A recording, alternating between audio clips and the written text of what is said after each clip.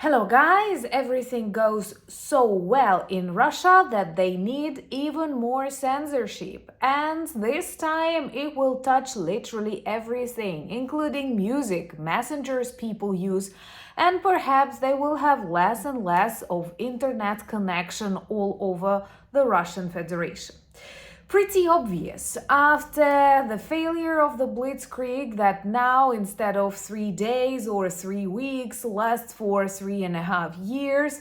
With the collapsing Russian economy and closed airspace, more and more of the Russian population seemed dissatisfied. Well, they wanted war, but they imagined this war only on the territory of Ukraine, Georgia, or maybe some NATO countries. When they taste their own medicine, they don't like it that much. And after 25 years, just think about that, 25 years of Putin's reign, they need to add more censorship in the already very censored country. Well, actually, just this week there were too many bad news for the Russians. For example, we kept targeting a lot of military objects deep inside the Russian area, specifically close to the capital of the Russian Federation, and they need to cancel a lot of flights again, so that even Turkish airlines want to stop cooperation. Also, according to the leaks, Russians will need to print more money. And they had to shut down their National Statistics Bureau webpage. Another proof of this growing censorship because of growing dissatisfaction and problems inside the collapsing Russian Federation. So let's discuss all of that in the video. My name is Anna, I'm from Ukraine, I'm in Ukraine, and if you want to see Putin in The Hague, subscribe, we will discuss that on the channel sometime really soon. So, according to the official Russian media, according to their government, they want more censorship. Let me start from the very beginning. First, it all was just about the internet. For a couple of months, more and more people in very different Russian regions, literally more than 70, started complaining about the bad internet connection, both the one cable and the mobile internet. At first, many thought that was the way to protect from the attacks of the Ukrainian drones, and that might be one of the reasons, but this is definitely another instrument that the Kremlin regime tests to prevent any protests, to prevent any real communication or anything like that inside the extremely weak, depoliticized, irresponsible Russian population. So what is interesting, they keep reporting about these problems in very distant parts of the Russian Federation, literally on the other side of the world, and some claim that they are afraid Ukrainian drones can attack Russian fleet on the Pacific. Well, after Spiderweb, I won't be surprised. But internet is already old news, that is the new reality of Russia. They will have less and less of internet in general. But now they have decided to limit the use of messengers. We are free to choose whatever we want. Remember, scammers invite you to Telegram. I never do that. I literally do not encourage people to use Telegram. I don't invite you on WhatsApp too, because I don't have time for that. We communicate on the channel via comments that I always read. So in Russia, they want to introduce a new messenger. Actually, it already exists, Max. It is the continuation, the development of their network VKontakte. Never visited. Apart from various evil information and lots of negativity that they share, it's also hell of piracy. That's a place where you can find any kind of very rotten information. And it's actually funny how Russians mirror what they actually do in their life and describe West as rotting. I have a new video on a new channel that explains this Russian paradox. And if you want to know more how they use it now in the Kremlin propaganda, do watch the video that I connect here. So they've decided to order all Russian officials, state workers to use this max. And I'm sure you can guess why, because it is fully controlled by Russian FSB, which means it will give access to camera, to microphone, to geolocation, to your contacts. Of course, I'm sure they were actively getting this information via other messengers, because in Russia there are different ways to get it. Our information is never safe in the digital world, but if something similar happens in, I don't know, WhatsApp or on Facebook Messenger, this will be a scandal. In Russia, this will be just a new lifestyle when the Kremlin gets any information they want from your telephone directly to Putin's bunker. Subscribe to witness Putin dragged out of his bunker directly to the court in The Hague. And please share these videos if you share my opinion. This helps a lot, same as likes, because I believe this kind of panic, this kind of fear that results in more censorship is of course a result of troubles inside the Russian Federation just before its dissolution. Don't be afraid of this process. If controlled, it can actually bring lasting peace and guarantees of no more wars in this very big part of the world. So, they want to introduce this messenger as the official one for all the state workers, administrators, so that more of them will perhaps drink tea the Russian way. And it is also interesting that they include new restrictions on internet search, so that people who want to listen to extremist music, and that is such an interesting term, because for me personally, it's very difficult to imagine what kind of music can be considered extremist, but I guess it's okay. In Russia, they have the Soviet Union heritage where people were forbidden to listen to jazz or to listen to rock music, and they literally had a proverb that, like, if you are listening to jazz today, tomorrow you can betray your motherland. So right now they have huge lists of extremist music. I guess all of the Ukrainian music falls into this category, maybe American and Australian too.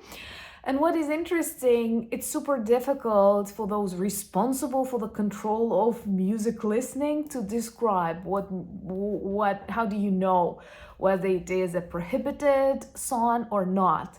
And they say, well, first you have to type in and to check if it's on the list of the extremist music. And then people have questioned, but to find it on the list, I need to type it, and then you can check my computer and you will see that I was looking for the forbidden song. Oh my God, just that's insane. And they say, whoa, yes, that's a problem. I don't know, how do we distinguish? So literally, it's better not to listen to music in the Russian Federation at all, unless it's a Swan Lake. I hope you know there is a beautiful tradition to put this music on TV and radio when another of the Russian dictators goes to hell. So hopefully more people will listen to that Swan Lake on the Russian TV sometime really soon. And remember to like this video if you like what I'm saying. But seriously, guys, this is definitely an illustration of more and more troubles and more fears for the Kremlin regime. You know that these authoritarian countries, they survive because their population delegates all their rights to these dictators, but they expect some guarantees of stability and control. And we see that Russia is losing this control. They do not control their airspace. And literally dozens of airports closed. That's already the new reality. Russia is a no-fly zone. Then they do not control their inflation. And this week, there were reports of hacked or leaked emails from the Central Bank of Russia where they plan to print $192 billion equivalent in rubles. These are just like trillions and trillions. And that is insane. That is another proof of inflation. And that they don't have any other solution to this problem. Typically, they print like 5-6 billion equivalent, and now it's 192 billion. So you can realize the depth of their trouble. and Putin pretends that everything is fine. And to help him pretend, they needed to shut down National Statistics Bureau of the Russian Federation, where journalists, experts, and simply frightened citizens can get some information about what's happening to the numbers inside Russia. And there are so many businesses that are shutting down. By the way, let me know, would you like a separate video about these main branches of the Russian economy? I keep reading about that because I remember from my parents' stories, I was too young to remember that, but still it was a part of, this family history, how before the collapse of the Soviet Union, they had serious troubles with economy that greatly resemble what they actually experience now.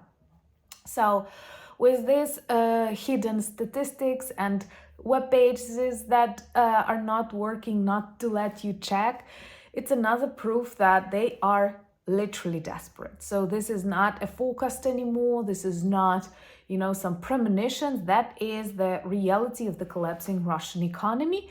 And it's always like that with big monstrous empires. They are shaking, and then collapse like a house of cards.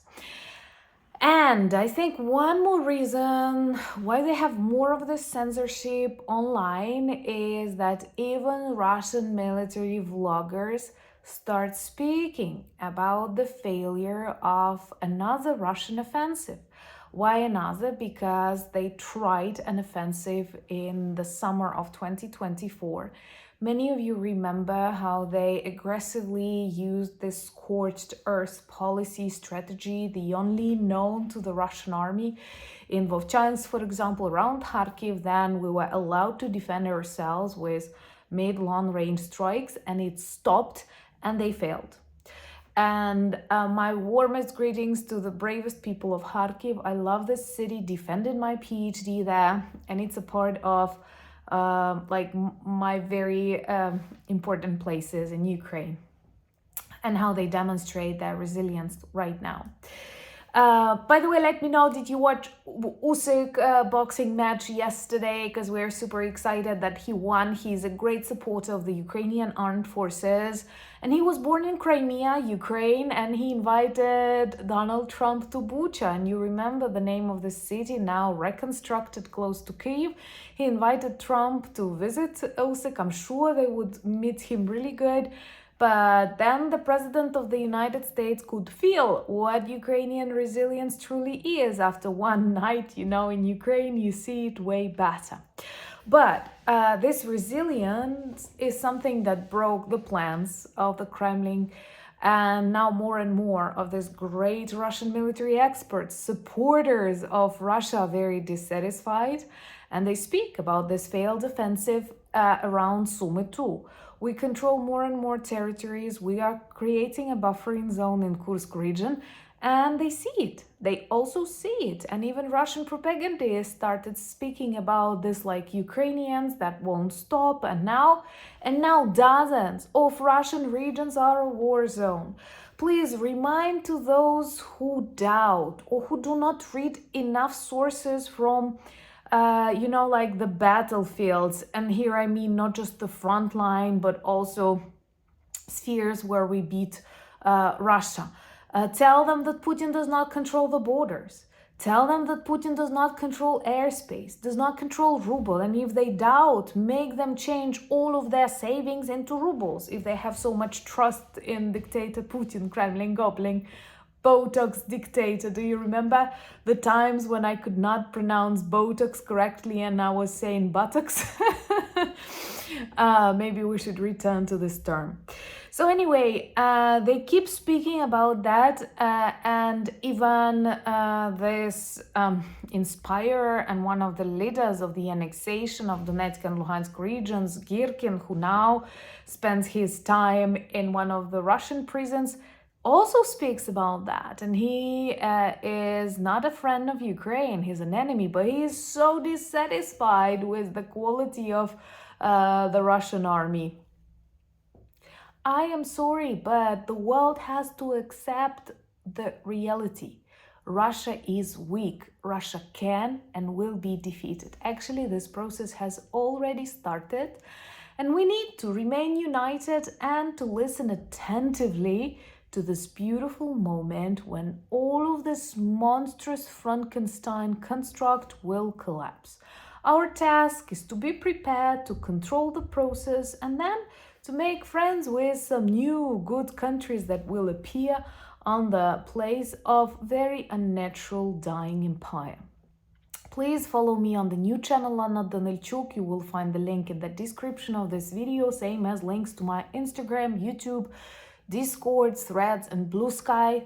I'm always happy when our community grows on this social media too. That's important to help people see the truth. We don't have a right to hide the truth, especially with the help of social media.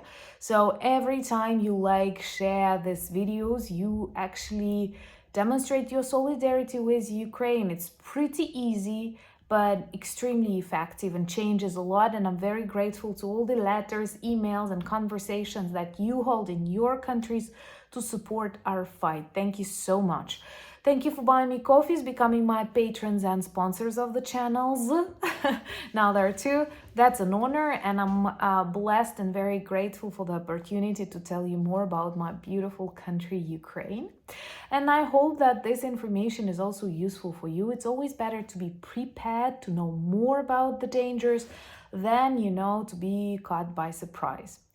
And let these surprises that can catch us be only positive, like whoops, and Putin is somewhere in hell.